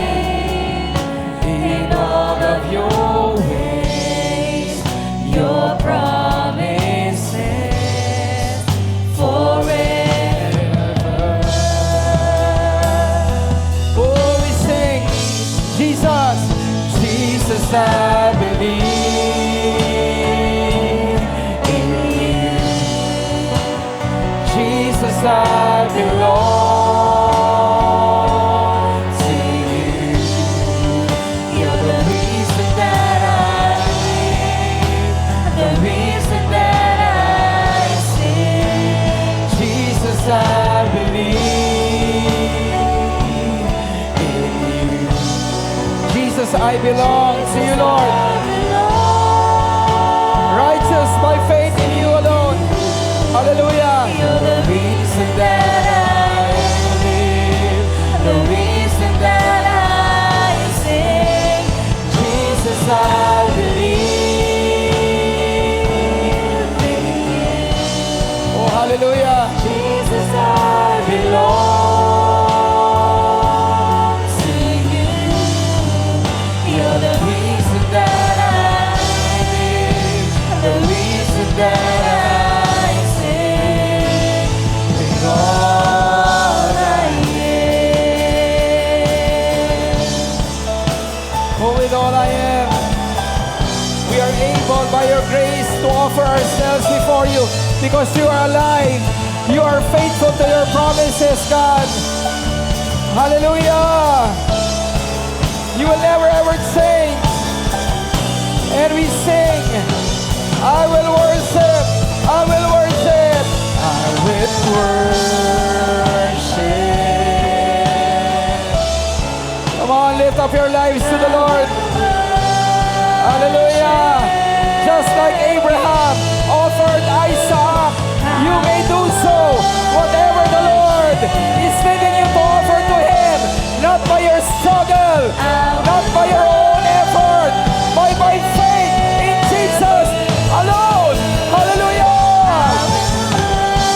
I will worship because I believe. Hallelujah. Oh, I will worship. Come on, offer yourself to the Lord. I will worship.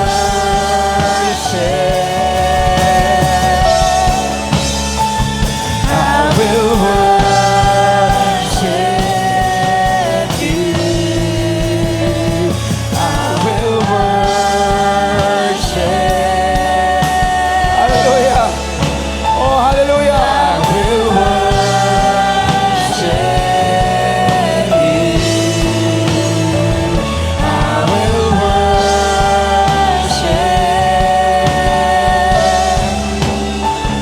I will worship.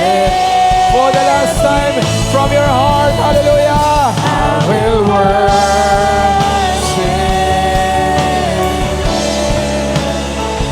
I will worship you.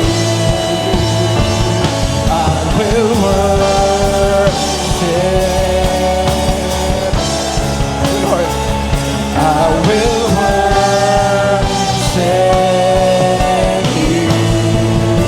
'Cause Jesus, I believe. Come on, let the righteous in this place offer worship to the Lord. Hallelujah, let the song of the righteous, hallelujah, be heard by God. Woo! Hallelujah. Yes, Lord. Jesus, I believe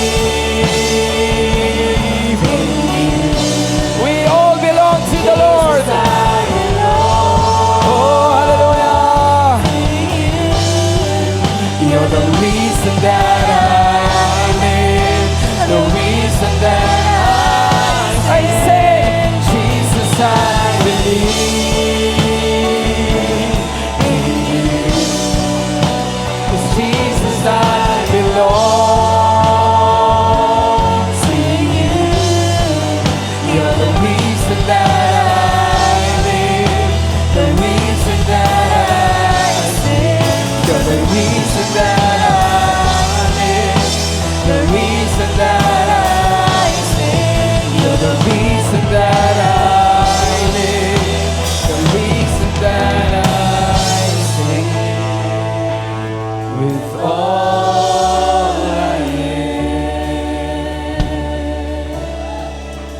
Thank you, Jesus. Bless your children, Lord. I just sense complete dependence on the Lord. I know there are a lot of people here. They really want to live by faith. But at times, the things that we see, the pain that we experience, it tries to drive us away to fix our eyes on Jesus. Church, the Lord knows your struggle.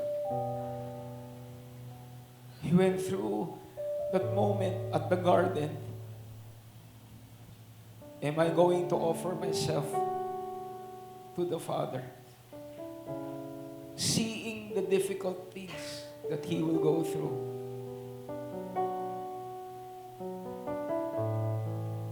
But He simply said, let not my will be done, but yours be done. And eventually, He gave the key to the disciples. The spirit is willing, but the flesh is weak. Church, when we look at your faults, when you look at your weakness, when you look at what you have not done or what have done, there is no assurance. But when you turn to Christ, when you look to Him, assurance rises from within you. So today, with everyone's desire to walk by faith, Father, whatever is causing your people to be tempted to rely on their own efforts, to rely on their own works, and to live based on what they see. Right now, Holy Spirit, be their comfort. Make everyone understand that the only way to truly experience your favor is to trust in you. Even in the most difficult situations of our lives, the only way is to demonstrate faith in the Lord. So on behalf of my brothers and sisters who are struggling, Holy Spirit, empower them to surrender. Holy Spirit, empower your bride, empower the church to surrender, to totally depend on you, to truly trust in what you can do. For you have already done it. You overcame sin and death. You are very much alive. So today, allow your children to really walk by faith, not by sight and not by works. For our strength is in the name of the Lord alone. Let the righteous declare that they are so. Let the redeemed so. Let the redeemed say that they are redeemed. Let the righteous worship. Let the righteous proclaim their confidence on the Lord. Confidence in Him. Refresh your people. Refresh your children. Refresh your children, your sons and your daughters. So say they will begin to prophesy and to proclaim that Jesus is Lord.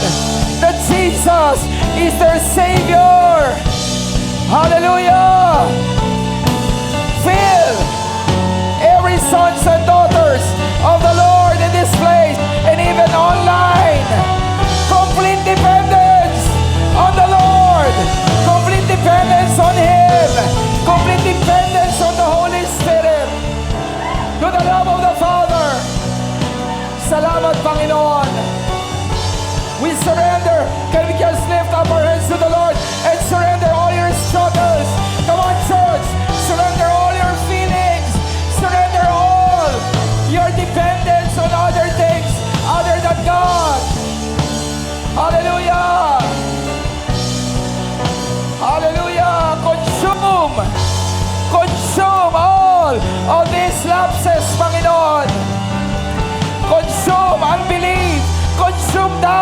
consume anxiety, consume worry by the fire of the Holy Spirit.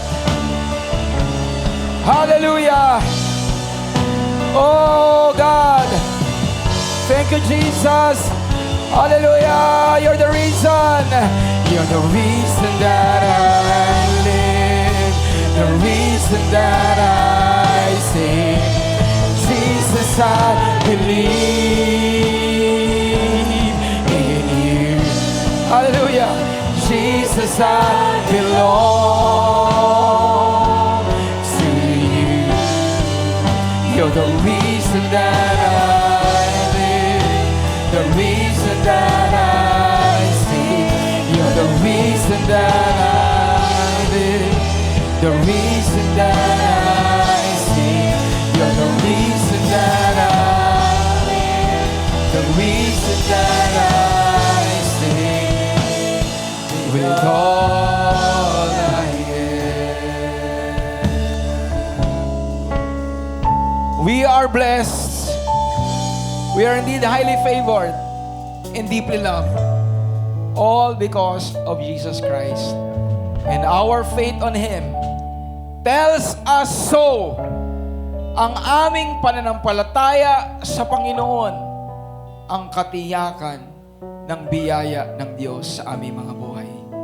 We hold on to you, Lord, and we hold on by faith through the grace of God. This is our declaration to you, Father, to the guidance of the Holy Spirit, and everyone shouts, Amen and Amen. Hallelujah. May I request yung mga kids, kung mayroon po mga bata po, you may come in front and we will pray together. Once again, let's lift up our hands towards the Lord. The Lord bless you and keep you. The Lord make His face to shine upon you and be gracious to you. The Lord lift up His countenance, His smiling face, and give you shalom, peace. I declare the grace of the Lord Jesus Christ, the agape, the unconditional love of our Abba Father, the fellowship, the communion of the Holy Spirit to be upon you, upon your family, biological and spiritual family, as we all together proclaim the gospel of our Lord Jesus Christ to people around us, cities in Metro Manila and the Philippines, and even to nations, proclaiming that Jesus Christ, the one who gives us active faith, is coming back very soon. In the name of the Father, and of the Son, and of the Holy Spirit, in Jesus Christ's name, everyone, every righteous person in this place, agree and say, Amen and Amen. Hallelujah. Let's all declare we are part of God's family kingdom. We're highly favored, greatly blessed, deeply loved, all because of our King in us, the Lord Jesus Christ. Amen and Amen. So thank you so much for joining. And for those who connected with us via Rock, remember, reign in life through Jesus Christ.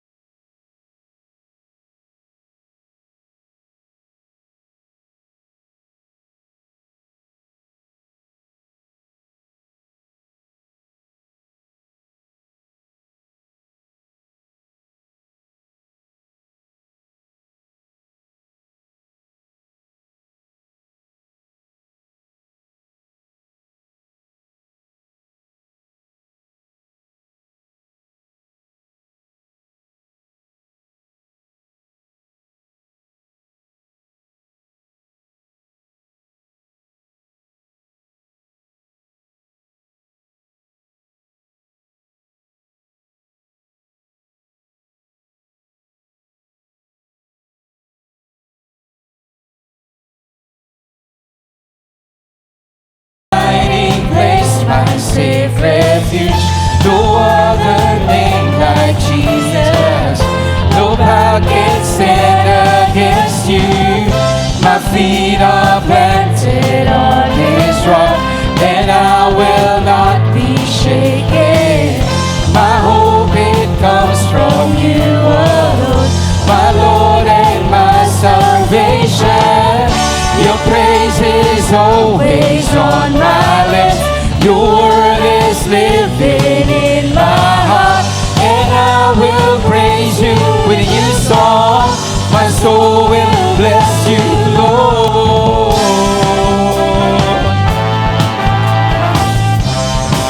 Thank You, Lord.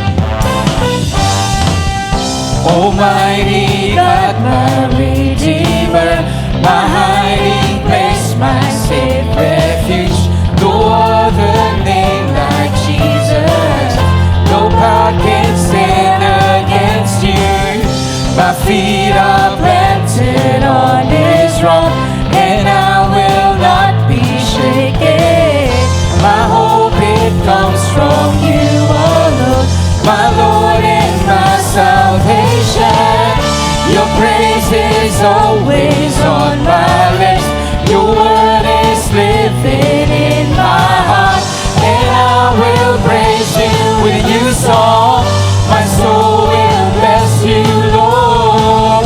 You fill my life with greater joy, and I delight myself in You, and I will praise You with a new song. My soul will bless You, Lord. When I am weak, You make me strong. When I'm poor, I know I'm rich, for in the power of Your name. In the name of Jesus, all things are possible. All things are possible. All things are possible. All things are possible. Your praise is always on my lips. Your word is living in my heart, and I will praise You with a new song. My soul will bless You, Lord. You fill my life with greater joy. Yes, I delight myself in You, and I will praise You with a new song.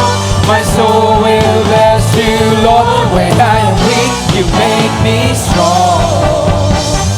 When I'm poor, I know I'm rich, for in the power of Your name,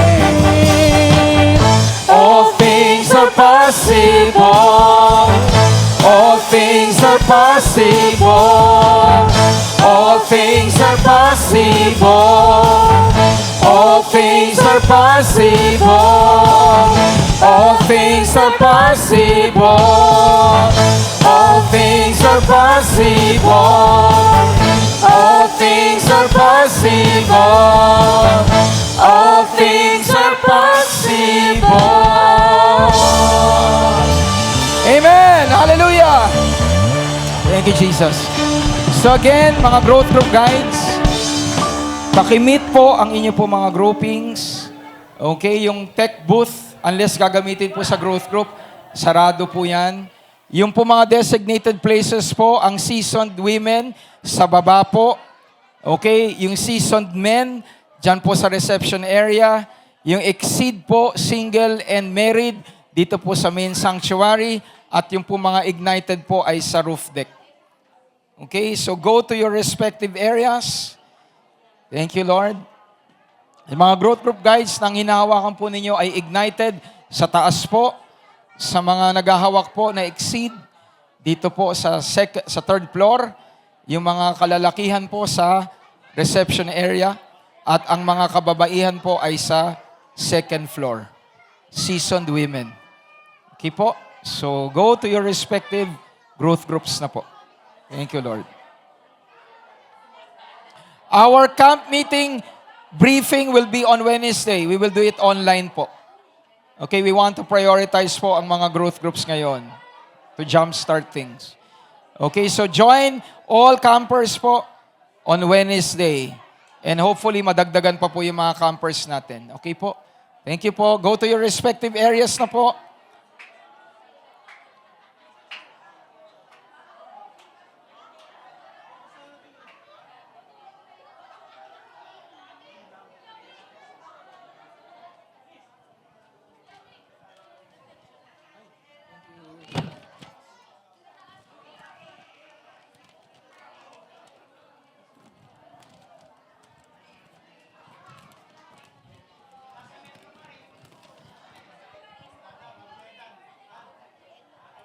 Again po, seasoned women, second floor.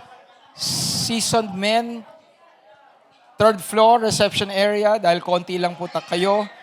Exceed na mga growth group guys, ito po sa main hall, single and married.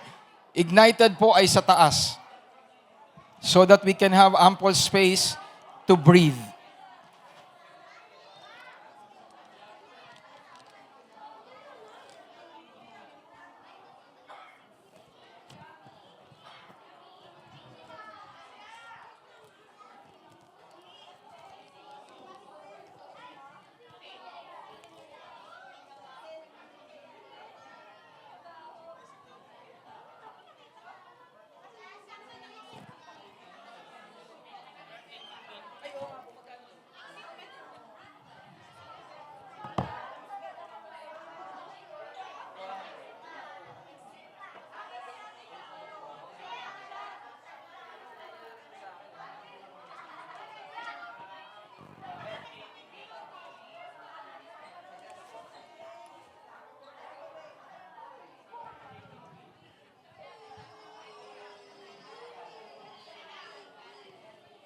Sa taas. Ang ignited ay sa taas.